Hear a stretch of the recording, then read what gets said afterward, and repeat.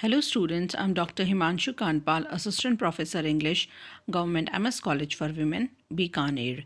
Today I'm going to analyze the poem The World is Too Much With Us, written by one of the greatest romantic poet, William Wordsworth. The World is Too Much With Us is a sonnet by William Wordsworth, published in 1807. The poem laments the withering condition, the deteriorating connection between humankind and nature, blaming industrial society for replacing that connection with material pursuits.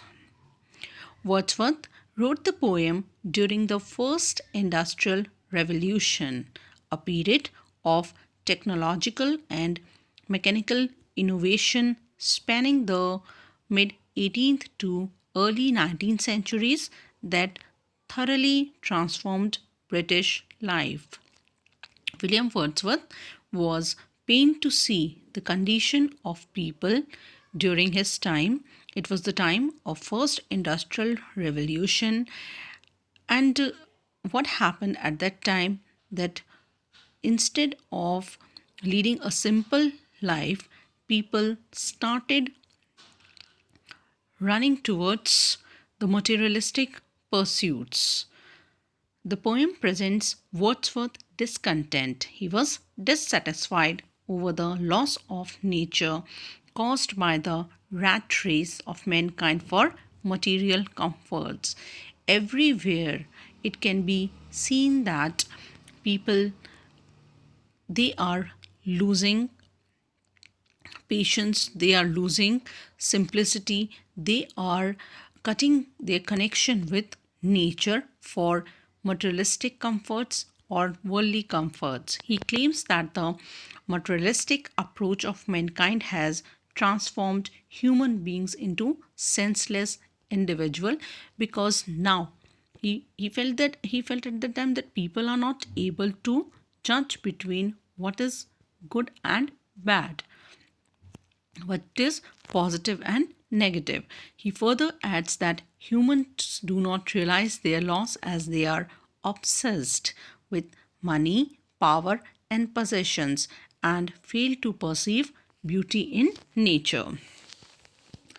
So, Wordsworth is the high priest of nature. His attitude towards nature is very peculiar and novel.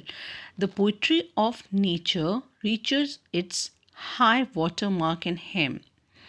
We can see no other poet has surrendered himself so completely to the spell that nature cast upon the human mind. Wordsworth is the greatest poet of the country and of natural life. And when he saw that people during his time, they were running after the materialistic pursuits, he was saddened by the condition of the people. Wordsworth, in his dealings with nature,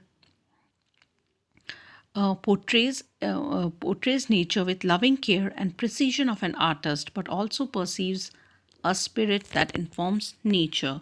He further adds that humans do not realize their loss as they are obsessed with money, power, and possessions and fail to perceive beauty in nature. By discussing the pristine glory of natural object, he shows that people are missing these delights in the race of the artificial. He swears that he would rather be a poor pagan. Pagan is a person who does not believe in any of the chief religions of the world, connected with the natural order rather than a rich man alienated or distanced from its bliss. He considers nature as blessing. He wants to see and hear the Greek gods and feels less forlorn.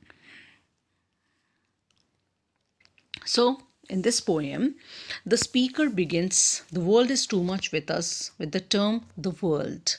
The world is too much with us, late and soon, getting and spending, we lay waste our powers. Little we see in nature that is ours, we have given our hearts a sordid boon. We have given our hearts away a sordid boon. The speaker begins, "The world is too much with us," the term world, and the reader quickly begins to understand what the term means in this context. He is talking about the worldly cares and concerns such as money, possessions, and power. And he concludes that it is too much with us, meaning that we care far too much about these worldly things. He gives more depth of thought to the idea when he suggests that by using our time, mind, and energy in getting and spending, that we lay waste our powers. In other words, people have powers beyond that which they have tapped into because they are so busy getting and spending. They are tied up in their greed for money, and their time is accounted for by their actions of getting money, spending money, and caring for their possessions. Little we see in nature that is ours. We have given our hearts away a sordid wound. Sordid wound means it is a shameful act. It is a He believes that money and worldly possessions are far more important to people than they should be. He continues further. He continues in the further lines. The speaker contrasts nature with the world. He reveals that while people spend their time in acquiring worldly possession, the true beauty of earth cannot be owned. He reveals that very few things that people see in nature actually belong to them. He then laments, "We have given our hearts away." He believes that where we should enjoy nature, though it is not ours to own. Instead, we are filled with greed and we acquire wealth and worldly possessions rather than enjoying the company of nature. The speaker then continues by describing the beauties of nature that people are missing out on by being so caught up in the want for money and possessions. In the next line, he says that the sea that bears her bosom to the moon, the winds that will be howling at all hours, and are up gathered now like sleeping flowers, for everything, we are out of tune. He describes the sea and the wind and the flowers. His description of these parts of nature use personification to help the reader to connect with each description. The sea bears her bosom to the moon, which suggests an intimacy between the moon and the sea. The winds howl. This wailing sound. This gives the wind human emotion. This wailing sound gives the wind human emotion. The flowers sleep. Again, the use of personification. Giving these parts of nature human attributes helps the reader to feel this connection with nature. It paints a picture of nature and allows the reader to understand what he is missing out on being by caught up in worldly possessions and greed. Finally, the speaker explains that we are out of tune. For everything, we are out of tune. It moves us not.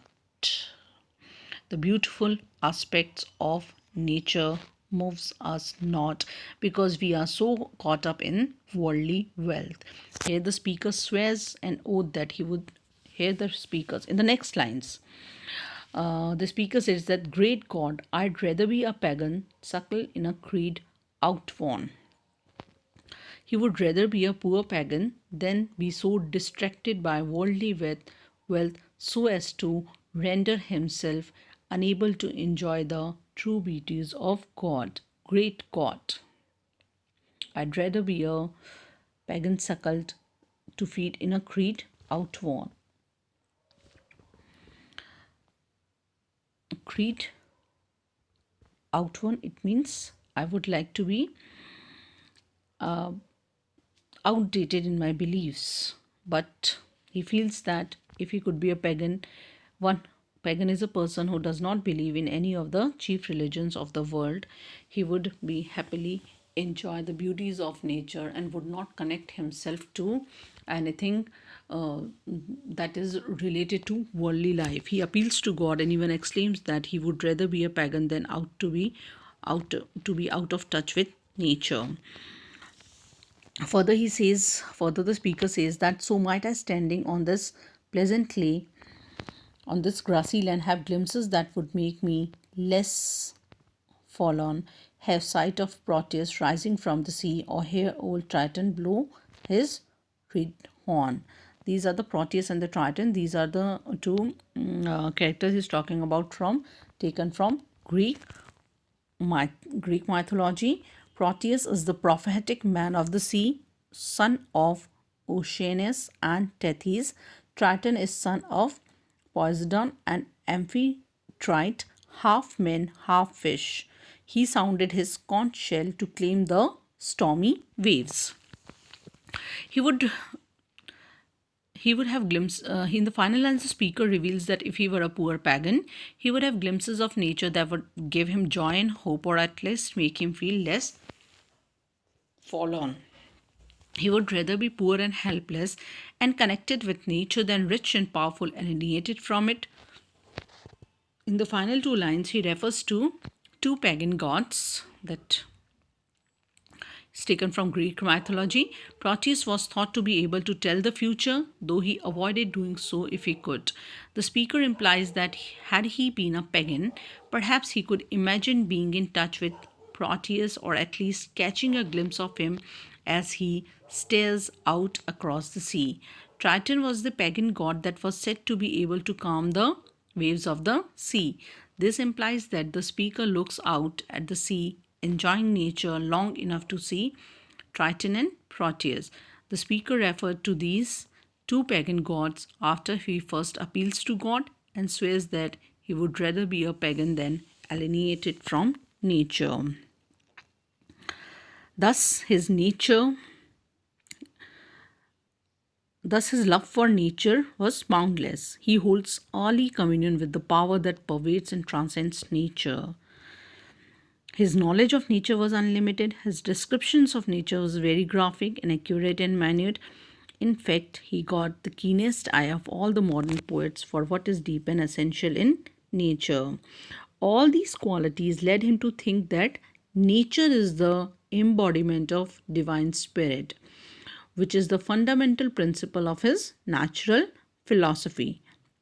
In other words, he feels that nature is greatest of all the teachers and it is an instrument for spiritual communion, and through nature we may gain constantly in power, peace and happiness. This is all about the poem. World is too much with us. The analysis of some of the literary devices used in this poem is given below. Enjambment. What enjambment means? It is defined as a thought in a verse that does not come to an end at the line break. Rather, the thought rolls over to the next line.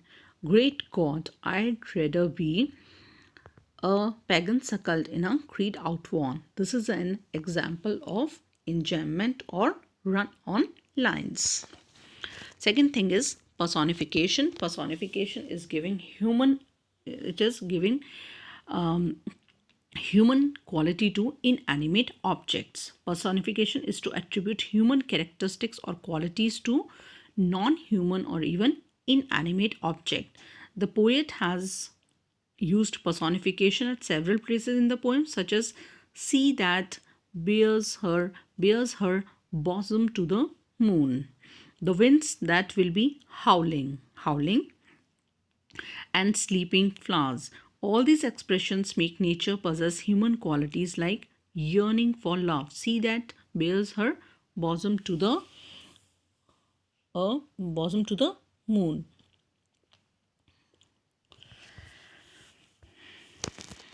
Like yearning for love, sleeping and soothing. Next is allusion. Allusion is reference to other stories or figures. Allusion is an indirect or direct reference to a person, place, thing or idea of historical, cultural, political or literary significance. This poem contains allusions to Greek mythology when the speaker talks about Proteus and Triton having sight of Proteus rising from the sea. Proteus is the prophetic man of the sea, or here old Triton. He is the son of Poseidon and Amphitrite, half man and half fish. Triton blew his red horn. Then the poet has made use of imagery in the poem. The use of imagery makes the readers visualize the things they see, the writer's feelings, emotions, or ideas. They can visualize, they can clearly see the writer's feelings, emotions, or ideas. Images. Wordsworth has used images appealing to the sense of hearing, sensory images, sense of hearing such as winds that will be howling. Howling means wailing. To the sense of touch as sleeping flowers, and to the sense of sight as Proteus rising from the sea. Then there is in use of consonance. Consonance is the repetition of consonant sounds in the same line, such as the sound of sir, as in have sight of Proteus rising from the sea, and for and to, for this, for everything we are out of tune, for and to. Then poet makes use of simile. Simile is a device that used to compare something to another thing to let the readers know what it is. By the poet make use of simile, and this literary device is used by making use of the words on like and as. There is only one simile used in line 7 of the poem. And are up gathered now like sleeping flowers. The use of like. And are, the winds that be howling all hours are now gathered, are up, and are up gathered now like sleeping flowers. The poet has linked the howling of the winds with the sleeping flowers. Metaphor. There are two metaphors used in the poem. One of the metaphors is in 10th line. Suckle in a creed outworn. Here creed represents mother. Suckle means to feed. In a creed outworn. Here creed represents mother that nurses her child. The complete line is a pagan suckle in a creed outworn. A pagan feed. Here creed represents mother that nurses her child. Here the writer wishes to be a pagan, and he thinks that he is going to feel like a pagan, that is feeded on the creed outworn. Creed outworn means a set of beliefs that may be outdated, but he feels that once he is going to be a pagan, once a person, a heathen, a one who does not believe in any chief religions of the world, he is going to be a man of simplicity so that he can get close with nature. Then there is an assonance. Consonance is the repetition of consonant sounds. Assonance is the repetition of assonance is the repetition of all sounds in the same line, such as O sound in the O heard old Triton blow his red horn. So this is all about the poem The World is Too Much with Us, written by William Wordsworth. Thank you.